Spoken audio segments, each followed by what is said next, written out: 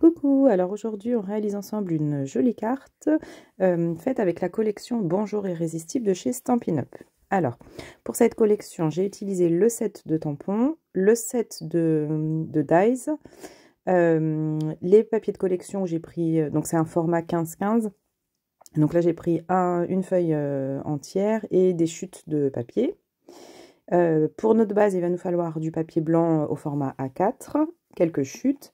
Et pour le combo de couleurs, j'ai choisi macaron à la menthe, rouge rouge et papaye pâle. Alors on commence tout de suite la base de carte. Dans notre papier A4, on coupe à 10,5 sur toute la longueur. Et ensuite, on va venir marquer des plis.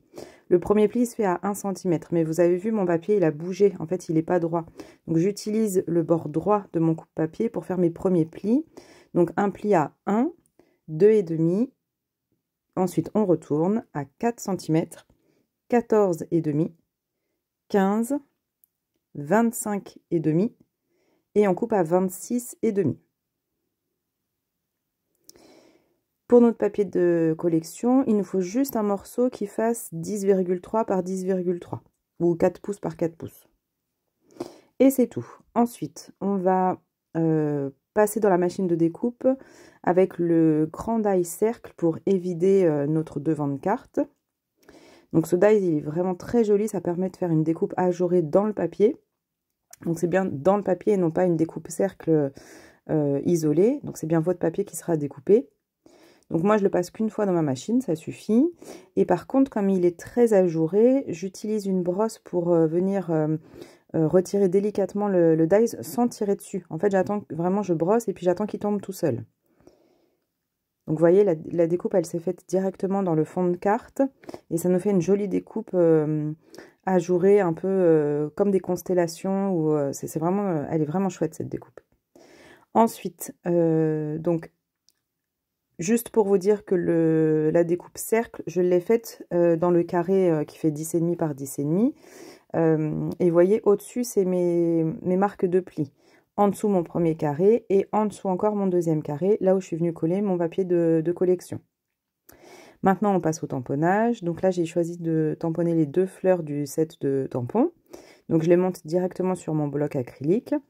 Et je vais venir les tamponner en 2 coloris. Donc le coloris rouge-rouge et papaye pâle.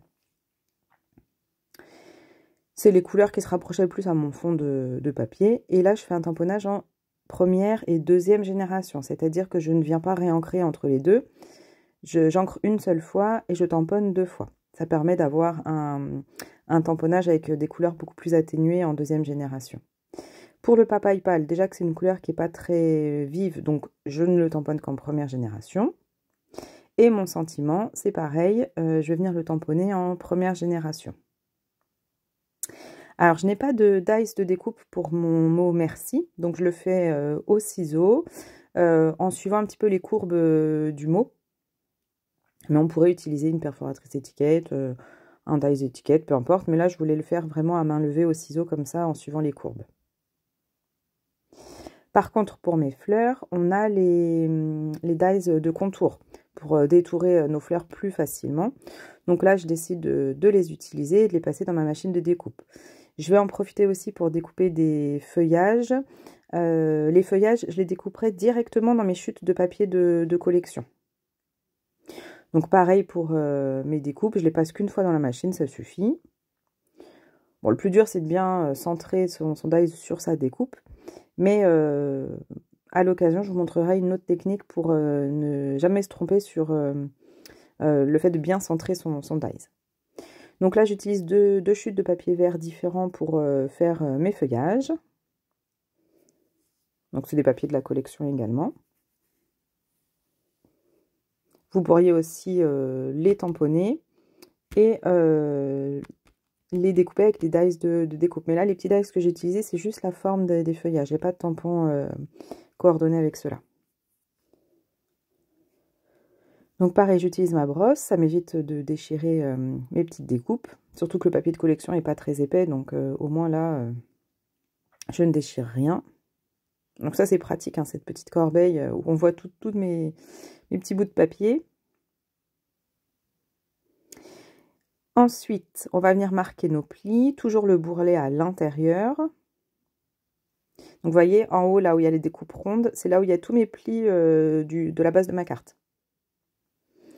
Ici, c'est l'épaisseur de la carte, la petite tranche. Et ensuite, on va venir coller les deux petites languettes de 1 cm qui s'emboîtent l'une dans l'autre.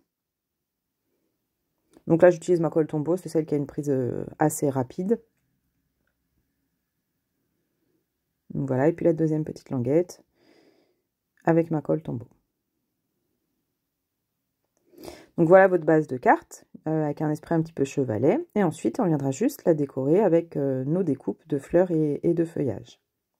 J'aime beaucoup cette découpe, ce poinçon-là rond, pour cet aspect de profondeur où on voit en arrière-plan le fond de carte. C'est comme ça que j'ai voulu l'utiliser.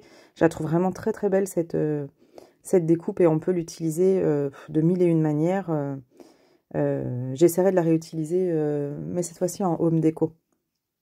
Donc là, pour mon tamponnage de 2e génération, 3 fleurs sur ce petit espace, ça faisait un petit peu trop. Donc je décide juste de détourer le centre de la fleur que je vais venir coller avec la mousse 3D sur le fond de ma première fleur. Pour qu'il y ait comme ça un aspect de profondeur en fait sur cette première fleur. Donc j'utilise mes petits dimensionnels, les petites mousses 3D, c'est vraiment hyper pratique pour mettre en relief sur les projets. J'utilise avec une pince, c'est plus facile à prendre parce que pour retirer les petits opercules, là c'est toujours un peu pénible. Donc avec la pince, ça va vite. Et là, la magie opère avec mon double face en rouleau. Ah ça c'est génial parce que vous passez juste un coup dessus, ça colle directement sur le projet et c'est quand même un double face qui a une puissance d'adhésion assez importante. Il est vraiment top. Là, j'utilise mon tapis en silicone en dessous parce que comme mes découpes sont ajourées, sur mon tapis de découpe, je vais en mettre partout. Au moins, avec mon tapis en silicone, mon adhésif il colle pas sur le tapis. Donc je peux décoller facilement mon feuillage sans le déchirer. C'est vraiment hyper pratique. Donc tous les produits que j'utilise pour cette carte proviennent de chez Stampin' Up. Vous les avez au grand catalogue, enfin au catalogue annuel. Là, le lot que j'utilise, je ne vous l'ai pas précisé, c'est des produits qu'on peut acheter directement en ligne. Ils ne sont pas dans les catalogues et c'est une exclusivité pour le mois de mars. Ils sont dispo jusqu'à épuisement des stocks. Alors vous avez différents lots, il faut aller regarder sur le site, il y a vraiment des articles qui sont hyper sympas et comme ils ne sont pas au catalogue, quand il n'y en aura plus, vous ne pourrez plus vous les procurer.